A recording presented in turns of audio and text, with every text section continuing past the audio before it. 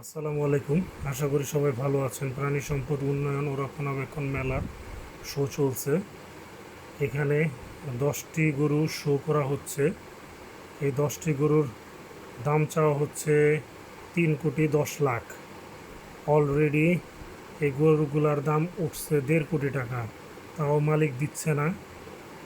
দেখেন এক একটা গরু মার্শাল্লাহ, আল্লাহর রহমতে অনেক বড় বড় গরু। এই গরুটা এবার মেলায় দ্বিতীয় প্রাইজ অর্জন করেছে, সেজন্য মালিক দিতেছে না।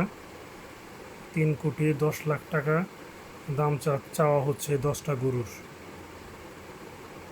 আপনাদের কাছে কেমন লাগে সবাই কমেন্ট করে জানাবেন। কোন গরুটা কেমন সবাই কমেন্ট করবেন।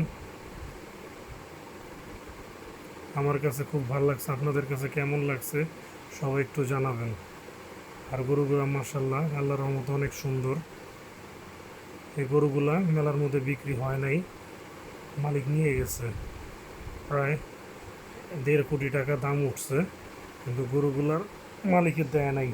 3,10,00,000 টাকার নিচে বিক্রি করবে না মালিক।